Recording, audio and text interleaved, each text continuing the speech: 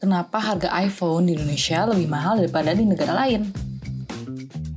Coba kita lihat perbedaan harga iPhone di Jepang, Singapura, dan Indonesia. Nggak heran, jadi banyak orang yang memilih beli iPhone di pasar gelap. Mau tahu nggak kenapa harga iPhone di Indonesia bisa semahal itu? Jawabannya karena ada hambatan yang satu ini. Hambatan apa sih? Yuk cari tahu di video Chips Learning Hub kali ini.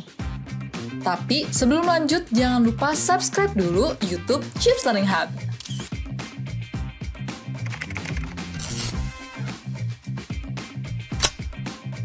Sebelum kita bahas harga iPhone, kita perlu tahu dulu nih tentang hambatan perdagangan.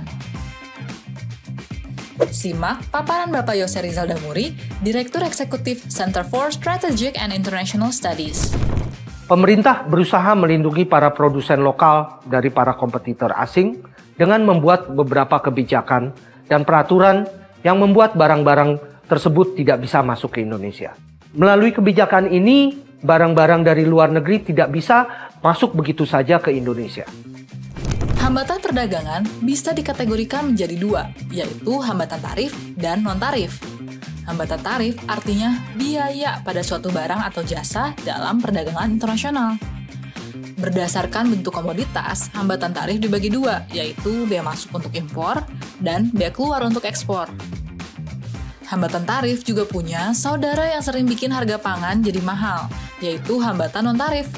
Hambatan non-tarif meliputi rangkaian peraturan yang memberatkan pihak-pihak yang terlibat dalam proses perdagangan internasional.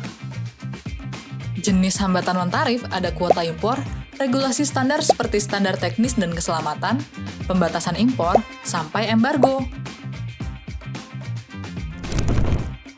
Sekarang kita kembali ke perbedaan harga iPhone di Indonesia dan negara tetangga, Singapura.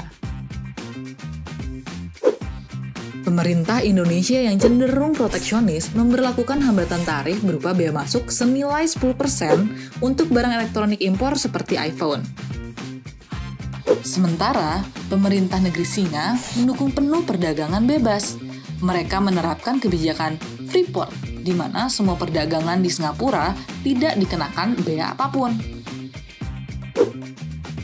Makanya, harga iPhone di Singapura lebih murah dibandingkan Indonesia.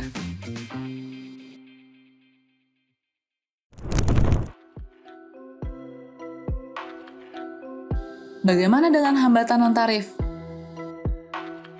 Contoh kasusnya bisa kita lihat pada kebijakan impor bawang putih. Kenapa bawang putih aja perlu impor sih? Soalnya ketersediaan bawang putih di dalam negeri tidak cukup untuk memenuhi permintaan. Nah, proses impor bawang putih tidak semudah saat kita mau just tip atau beli barang di e-commerce loh. Pemerintah mewajibkan importir untuk menanam bawang putih sekurang-kurangnya 5% dari volume rekomendasi impor produk hortikultura. Detailnya diatur dalam Peraturan Menteri Pertanian 46/2019. Tujuannya agar para petani dalam negeri bisa diberdayakan dalam menanam bawang putih dan produktivitas pertanian lokal bisa meningkat. Kenyataannya hasil tani tetap kurang maksimal karena kondisi iklim di Indonesia kurang mendukung untuk menanam bawang putih dan opsi input pertanian yang dibutuhkan petani kurang terjangkau. Hal ini terbukti saat terjadi kelangkaan bawang putih tahun 2023 silam. Kebijakan wajib tanam telah mempersulit importir untuk melakukan impor. Akhirnya, bawang putih semakin langka dan harga bawang putih naik drastis. Siapa yang rugi? Pedagang, UMKM, dan kita para konsumen karena harus merogoh kantong lebih dalam untuk membeli makanan.